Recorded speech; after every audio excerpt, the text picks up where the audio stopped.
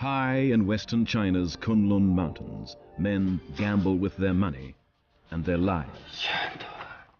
The prize is some of the finest jade on earth. But winning it requires many sacrifices. Life in the mountain camps is hard, and the work is harder. The jade must be clawed from the mountain's grip, and then man-hauled down its treacherous slopes. It's a hard way to make a living, but for over 2,000 years, little has changed for the jade hunters of China.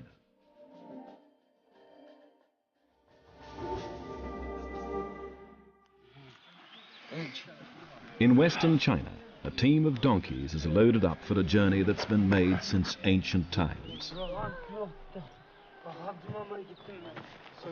It's September, and these men are setting out to bring supplies to a mining camp high in the mountains.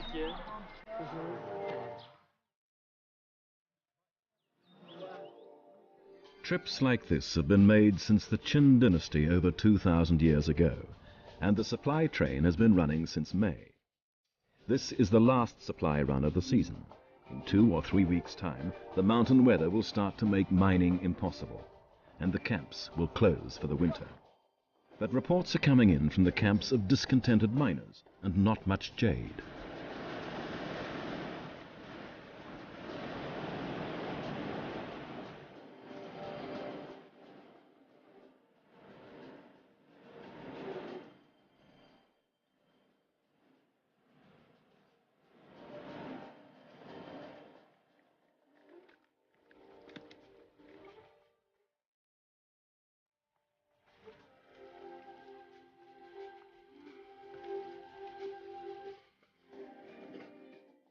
The jade expeditions climb into the Kunlun Mountains from the town of Yutian on the edge of the Tibetan plateau.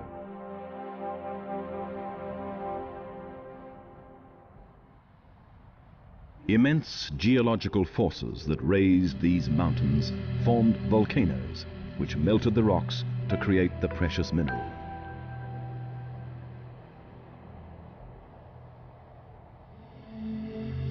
As the rocks cooled, those that contained silicon formed crystals, crystals of purest, whitest, most highly prized jade. To Chinese people, it's the most valuable of all precious stones, the essence of heaven and earth. A simple, small bracelet made from white jade could fetch $12,000 US.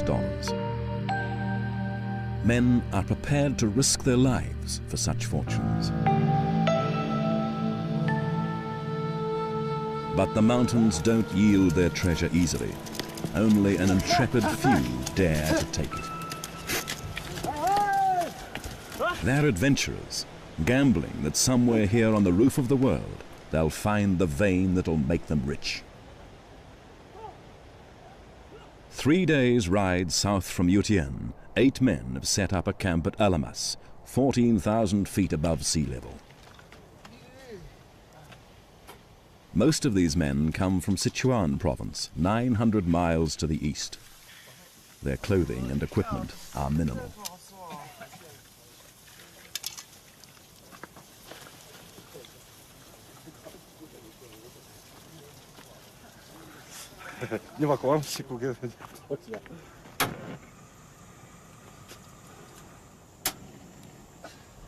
Accommodation is very basic, rock walls and plastic sheeting to keep out the mountain weather.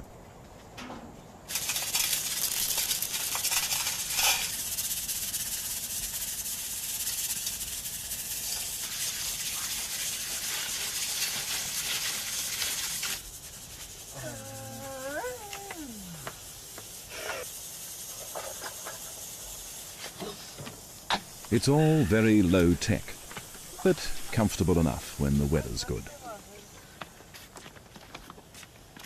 The leader, Zhang Jiangguo, is an entrepreneur.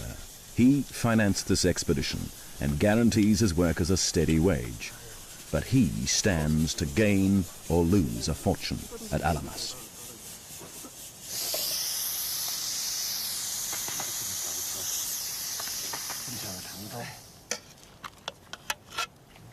Back in their villages, these unskilled labourers could earn around $70 a month.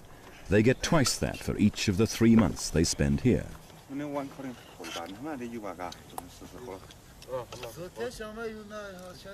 Though he's only 21, Xiao Jiang has been well paid for mining in these mountains for the last 7 years.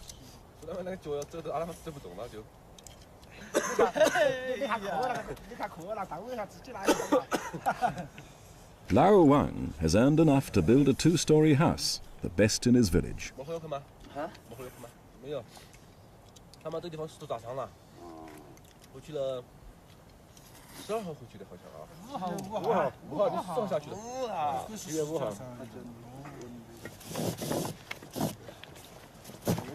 The strongest man on this team comes from here in Xinjiang. As a child, Keban helped his grandfather to herd sheep in this region. Now, he's joined the hunt for Jade.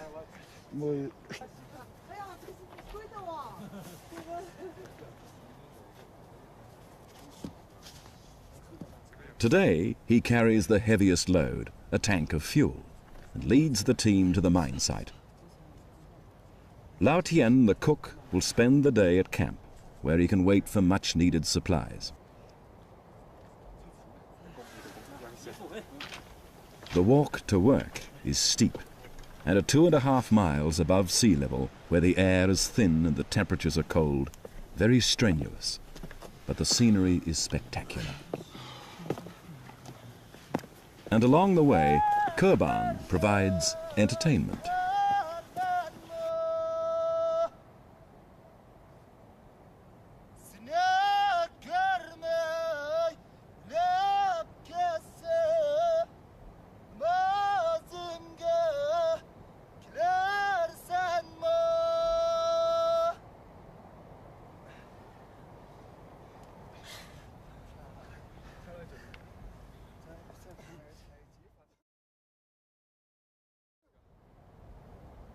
The Alamas mine is a modest operation.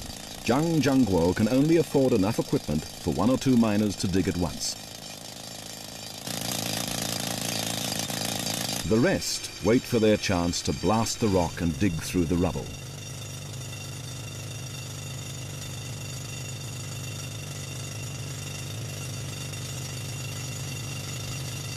Low oxygen can make men sluggish, and for the young Xiao Jiang, living at 13,000 feet was a shock at first. I had no appetite. I couldn't sleep. I've never seen this before. It's the first time. I just feel cool. I feel the environment here is cool. To the west is a second camp called Henelek. It's 1,600 feet higher. Here, another team tries its luck against even greater odds. The way to the Henelek mine is a secret, known to very few people.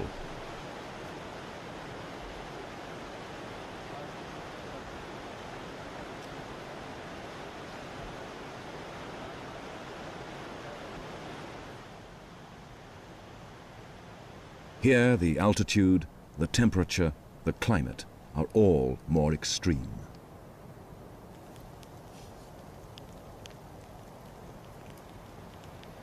The miners of Henelek aren't Chinese, they're Uyghurs, Sunni Muslims, culturally more similar to the people of Uzbekistan and Kazakhstan to the west.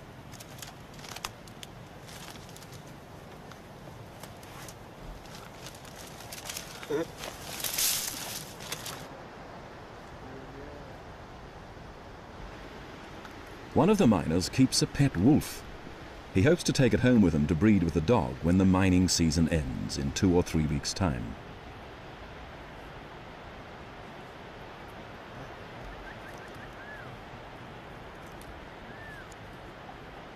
That's all the time they have left this year, and so far they've found nothing. Back at Alamas, Zhang Jiangguo has invested in a diesel-powered compressor.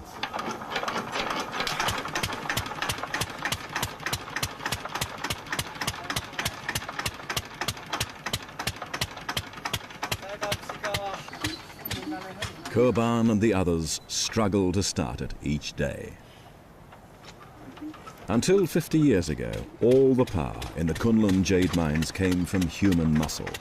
Now, machines such as this take some of the sweat out of the daily work of drilling and blasting.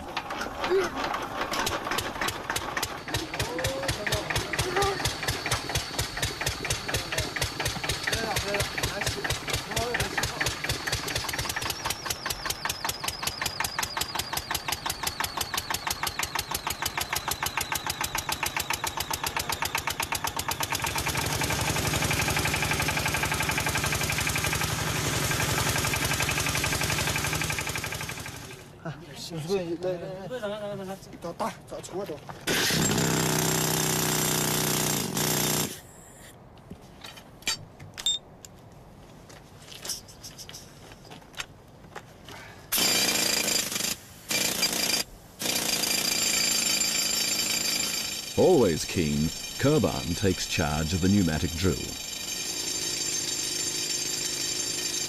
Zhang Jiangguo has time to sit and worry about his investment.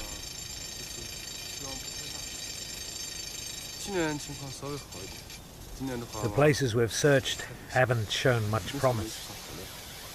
Last year was slightly better. This year hasn't been good. The drill makes frustratingly slow progress through the hard rock.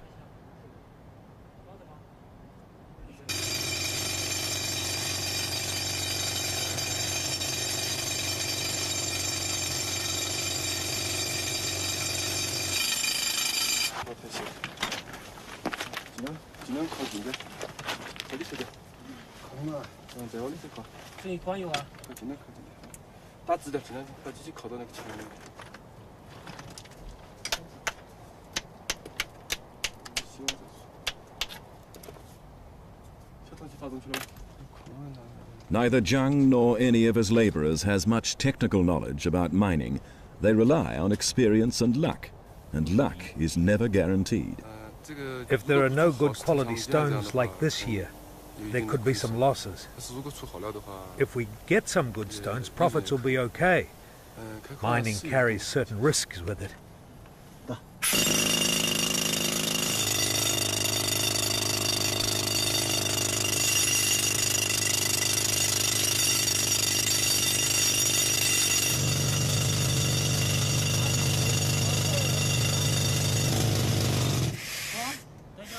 It's time to set the charges.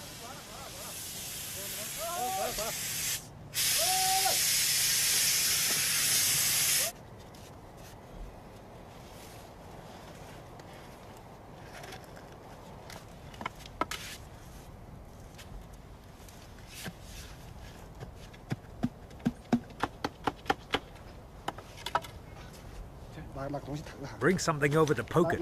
Use an iron bar.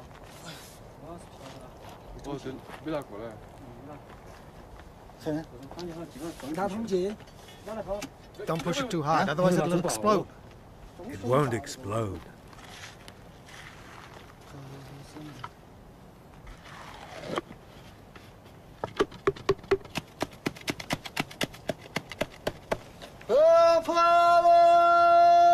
Kaban sounds the warning to keep clear.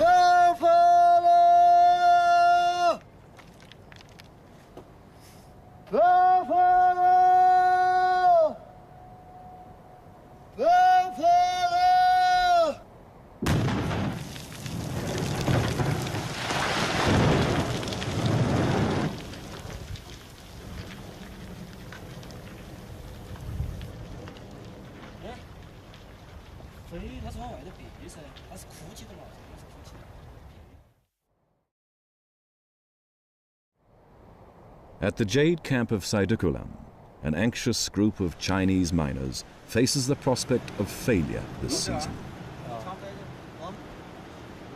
A number of the men have caught the flu in the cold weather.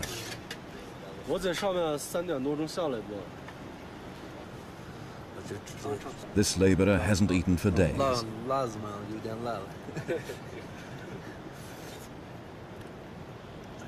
Tian Wei is the foreman here, and he's losing money. In a last desperate attempt to find some jade, he sent for Mai Taruz, an old miner who claims to know of a hidden mine nearby. When we first came in 1972, there was an old man who told us there was a mine where the rocks were very white. We searched for that place lots of times years ago.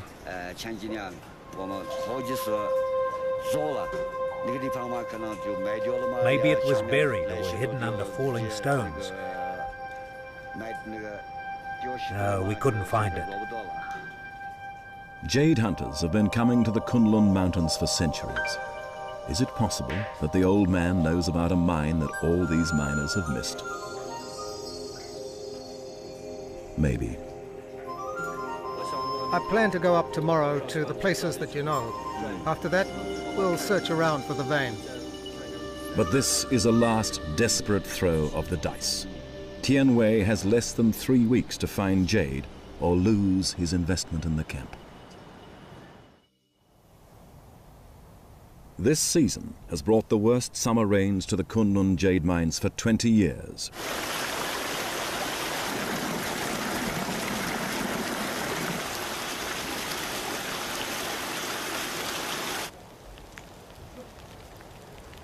On 4 days out of 10, it's too wet for the miners to go out in any of the 3 camps.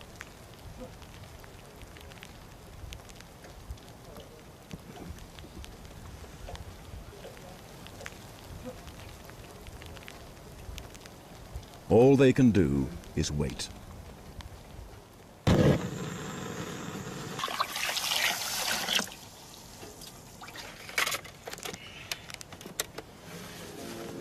At Alamas camp, Zhang Jiangguo has agreed to pay his laborers a high wage, rain or shine. On wet days, he sees his investment trickle away. Lao Tian, the cook, at least keeps the men well fed.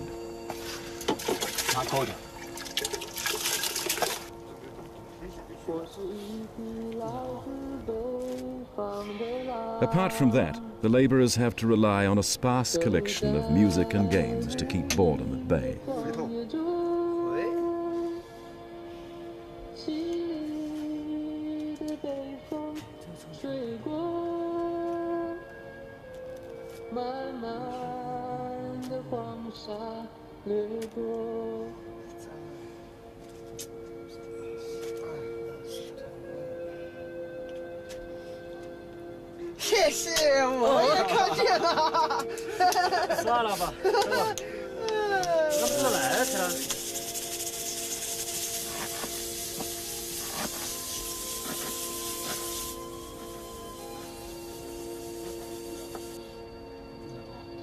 While Zhang does some bookkeeping, Xiao Zhang has been fossicking for something he craves, a cigarette. Where did you get the cigarette? From Kurban's tent. Where? In that tent. Is it a buck? No, it's a real cigarette. You must be addicted.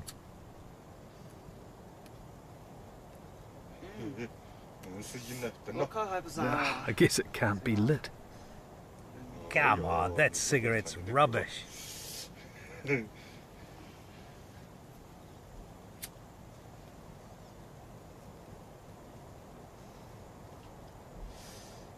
Ah, it doesn't taste like a cigarette.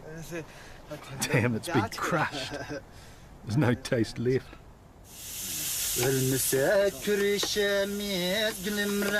Kurban tries to beat the camp blues by sharing his repertoire of Uyghur folk songs.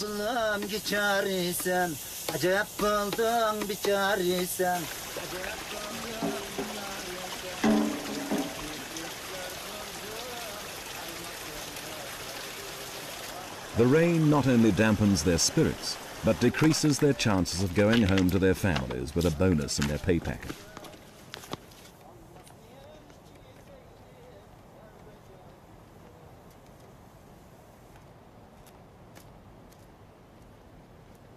At last, the rain begins to clear.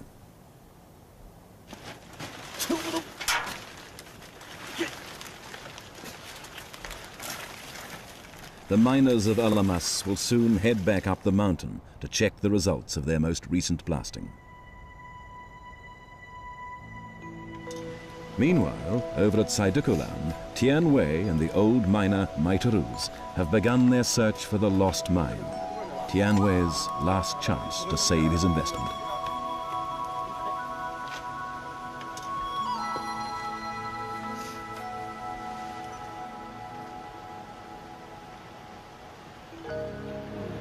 The jade here is all broken. It's all like that here.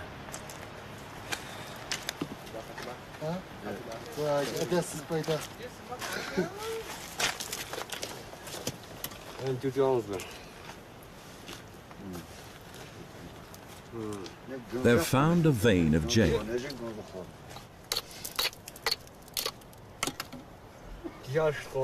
If you prise it with a stool, it'll easily come away.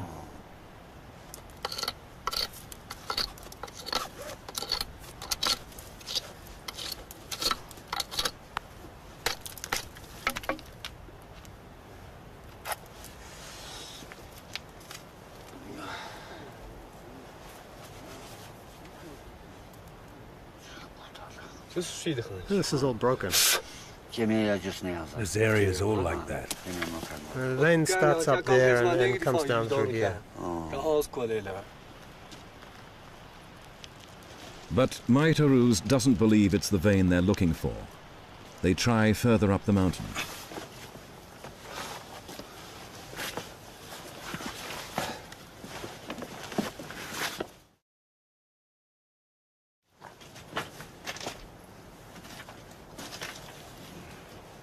This is a promising site. Maitaruz advises Tian Wei what to do. And over there, if it's possible, use the pneumatic drill. Drill 2 or 3 holes near that side, set off some explosive and have a look. Don't touch that up on top.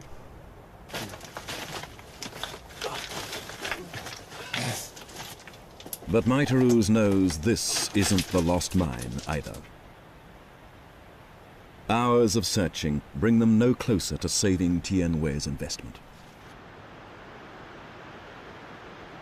Tian Wei's becoming agitated. He's looking sideways at one of his laborers, wondering if he's secretly found a vein of jade on another part of the mountain. What have you found over where you are? Nothing. Nothing at all? Well, just keep going. How many times have I told you? Keep looking until you know there's really nothing there. Can't you see it's raining? Then why have you told me you haven't found anything? I'm just saying. Well, what do you want to do? If you don't want to work, just leave.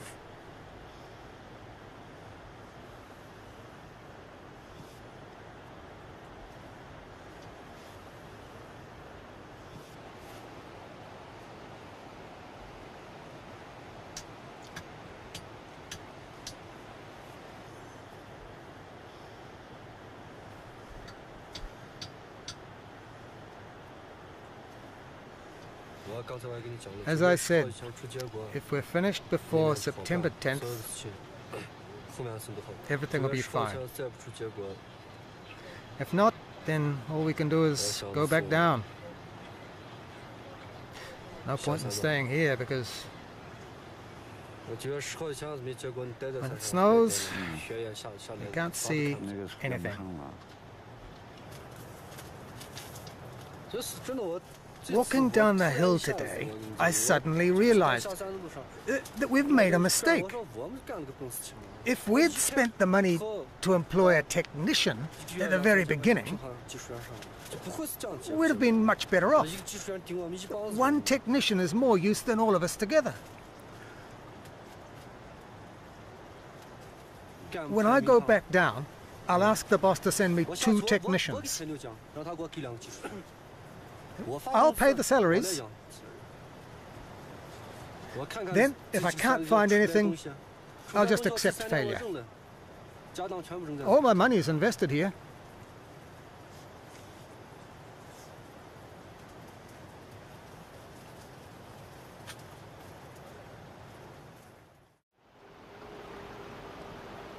Even for experienced jade miners, Life at 14,000 feet in the Kunlun Mountains is no picnic.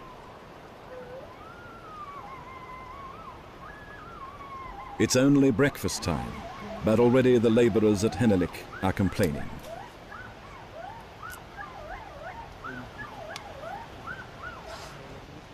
Even the cook has been muttering that he never expected it to be this hard.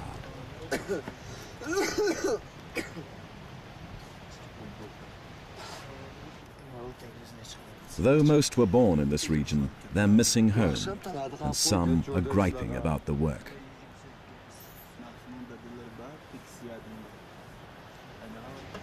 Seven miners have already left the camp, and if many more go, it'll seriously compromise the endeavour. Mahmet, the financier of this expedition, could lose his money.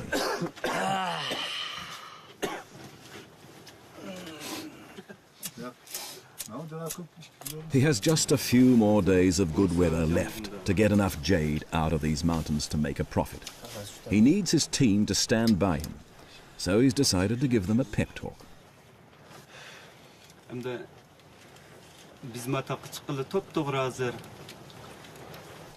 Now, we've been together here for 4 months. I didn't force you to come. You wanted to come yourself. But if someone wants to leave, okay. I really don't care. Just don't threaten me, okay?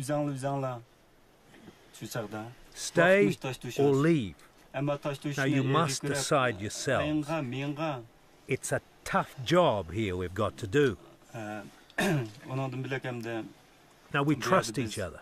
That's because we know each other. That's why I brought you all here. I just hope that everyone does their best.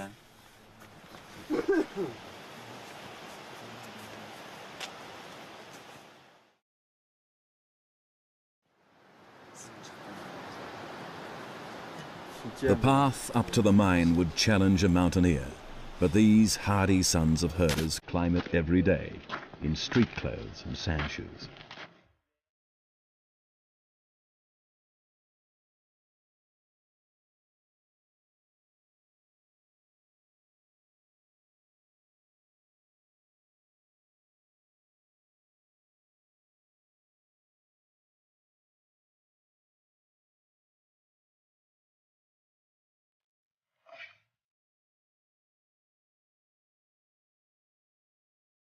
At this altitude, most people would gasp for breath after just a few steps.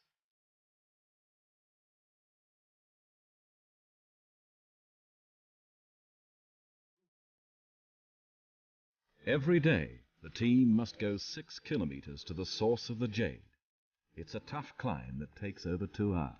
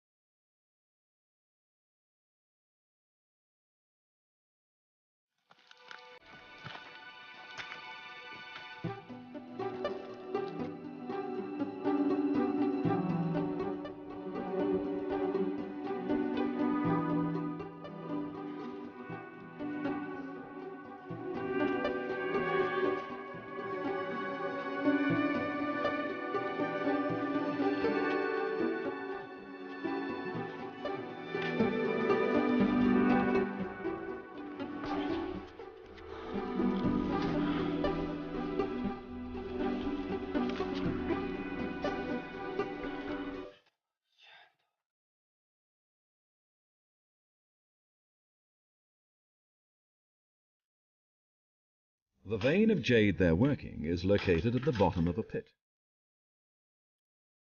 Some of his labourers are inexperienced, but Mahmet is confident and clear about what he wants.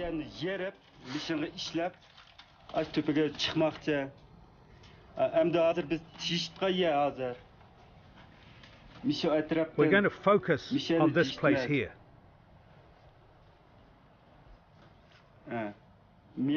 Dig out there, and then we'll set off the explosives.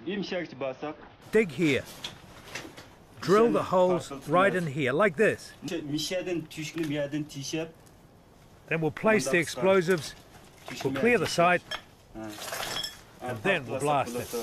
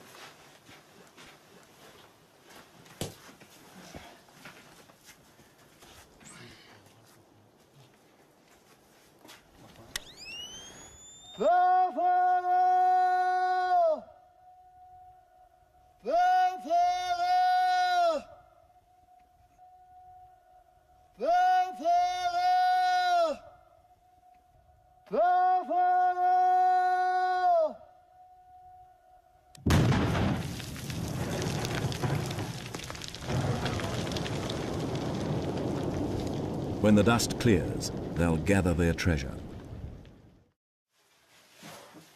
Once the rocks have stopped falling, the Hanalek jade hunters climb down a rope of twisted yak hair to check their blast site.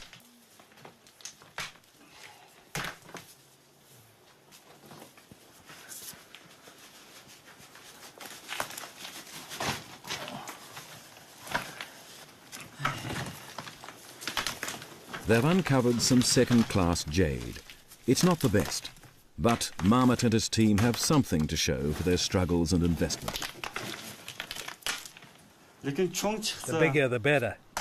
It's a shame it's too small. The colour isn't bad.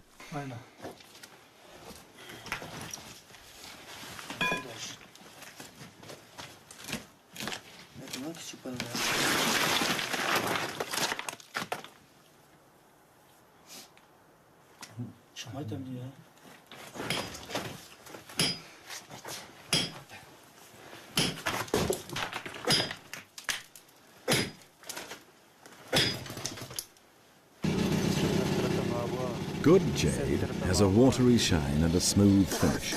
It looks translucent, like honey, with a pure, even colour.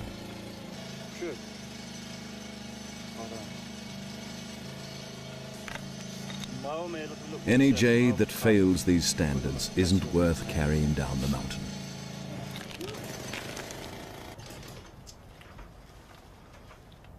The vein at the Elamas mine has produced good jade, well worth carrying down the mountain.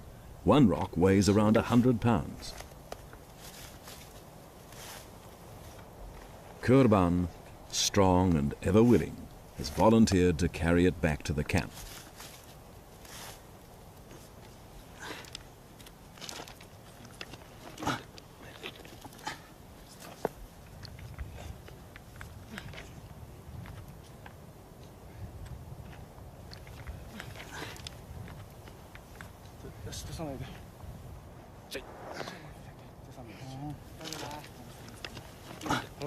Using a makeshift sling of yak hair rope and a folded jacket as padding for his back, he sets off. He's carrying the weight of a small refrigerator on his shoulders.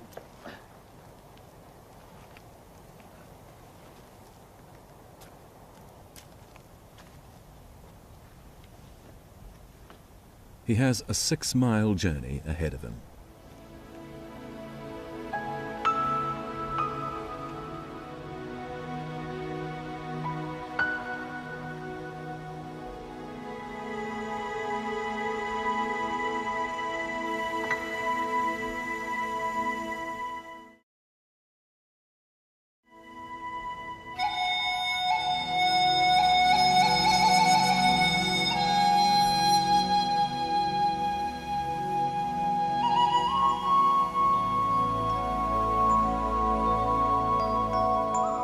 Kurban has an ambition. He'll use the money he earns from Jade to buy a motorbike, so he can trade sheepskins in the area near his village. Such thoughts drive him on, but don't make the load any lighter.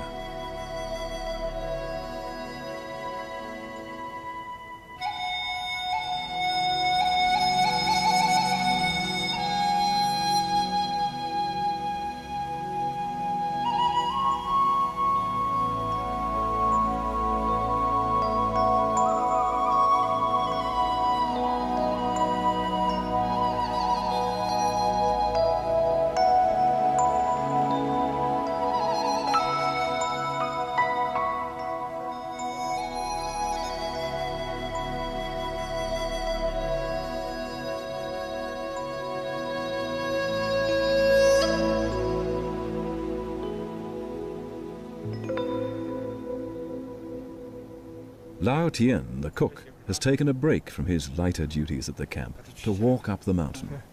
Put it down. Yeah. Put it up there. No, it's all right.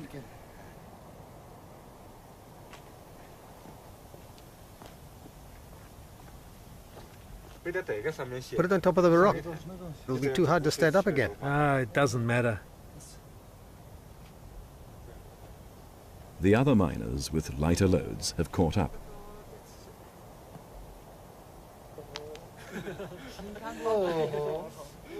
The only load carried by Zhang Jiangguo is responsibility for the expedition.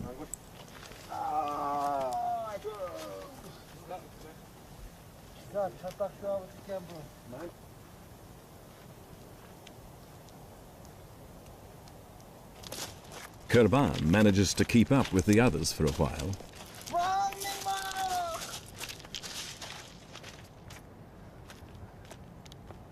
But altitude, weight and fatigue begin to take their toll.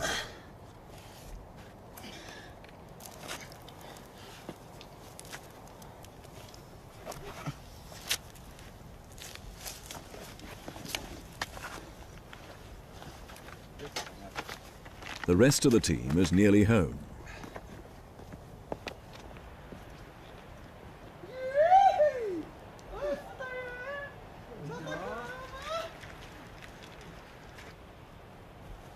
Each weary step is more treacherous than the last.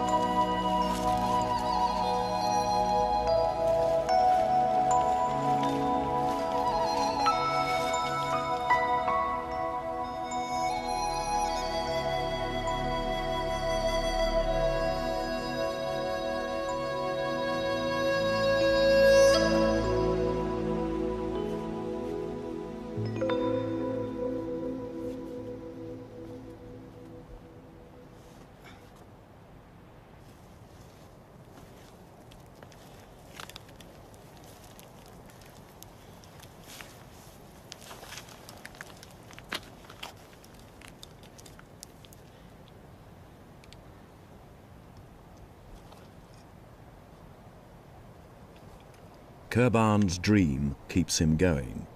He thinks often of a girl in his home village.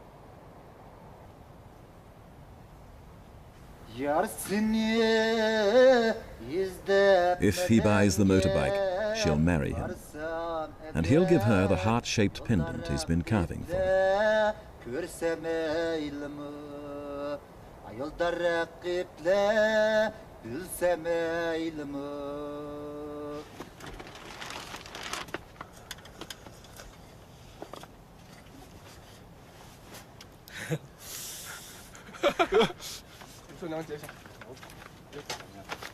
After a 10-hour journey, it's an exhausted Kurban that finally makes it back to camp.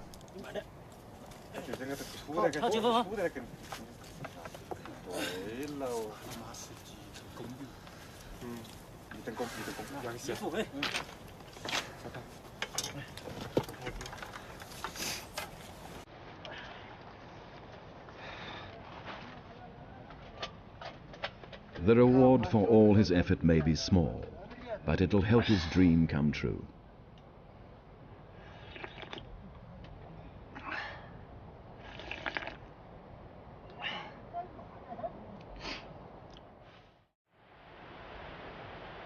For the jade hunters of Saidikulam, there are no rewards this season.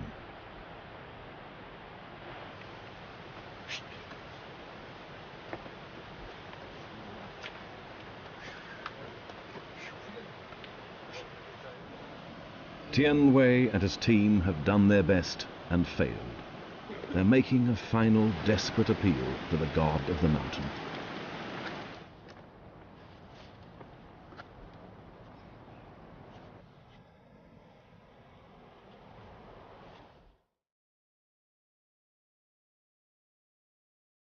They'll sacrifice a goat.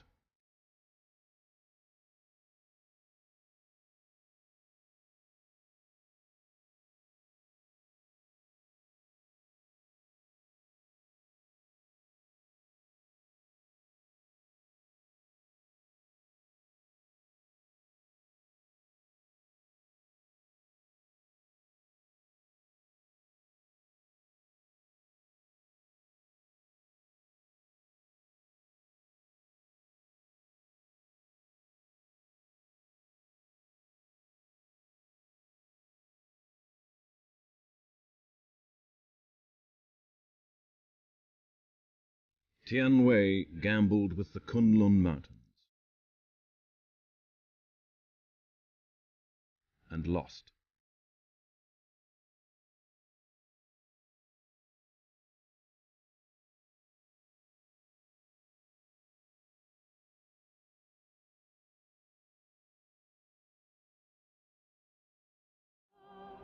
Even the successful jade hunters must still face risks. At Alamas, cook Lao Tian and 3 other miners have accepted an offer from Zhang Jiangguo.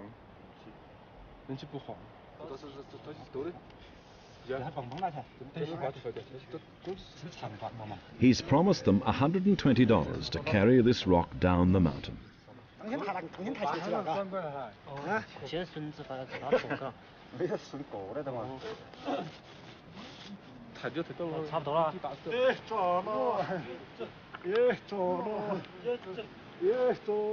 The rock weighs 400 pounds, heavier than 2 large men. Like sailors singing a sea shanty, they chant to keep working in rhythm.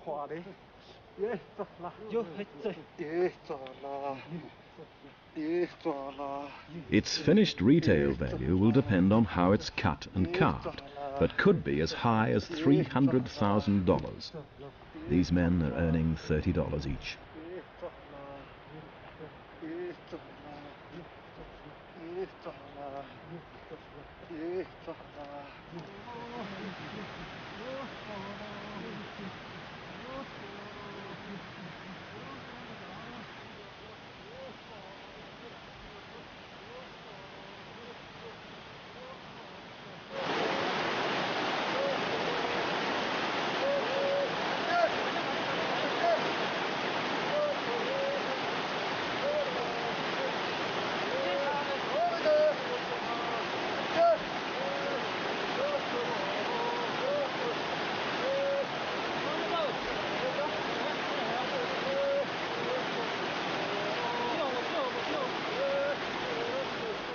The nearest point where they can transfer their load to a donkey is still 5 or 6 days away.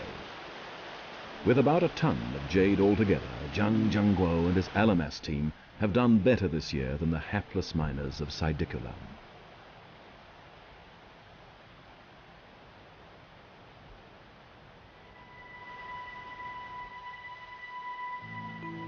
At Henelek, they've also been successful. But getting their jade out of the mine takes a 2-day journey through extremely rough country. A small group makes the trip every few days.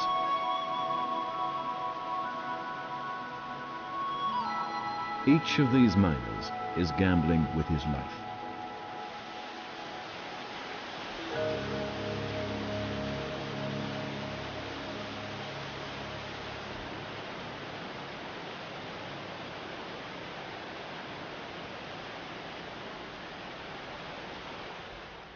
One slip on this cliff could send them plunging 12,000 feet to the rocks below.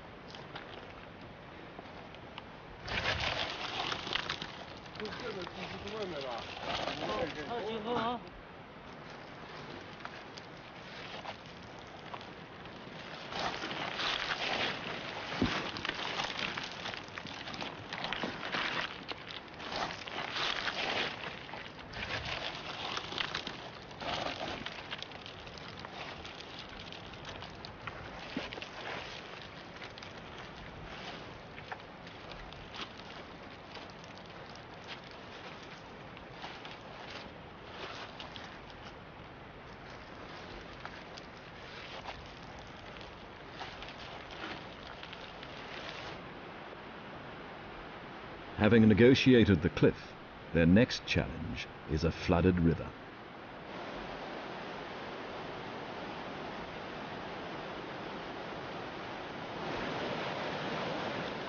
The gamble isn't over yet. They trust their weight and their lives to a steel cable strung between rocks.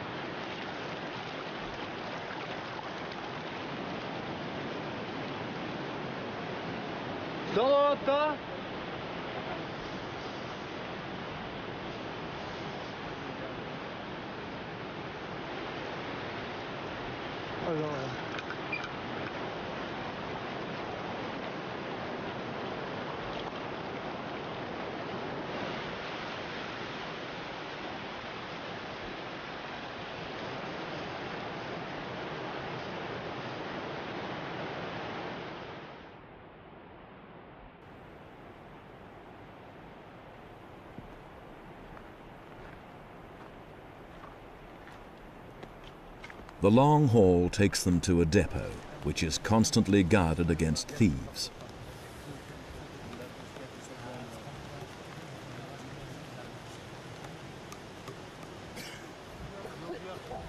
Before they head back to camp, the miners help to prepare Marmot's jade for market.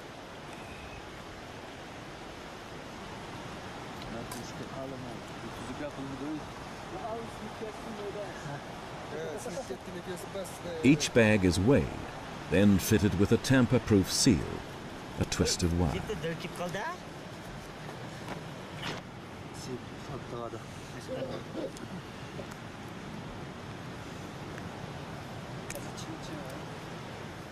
And a dab of yellow paint.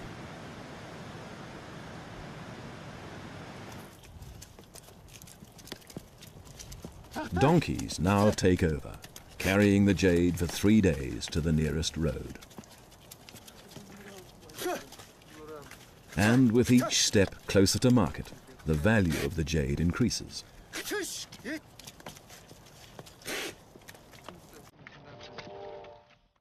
As winter closes in and the mining season ends, the jade hunter's gamble is over.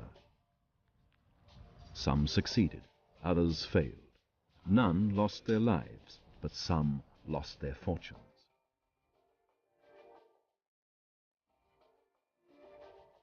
But the lure of riches is powerful enough to draw some back every year to hunt jade in the Kunlun Mountains.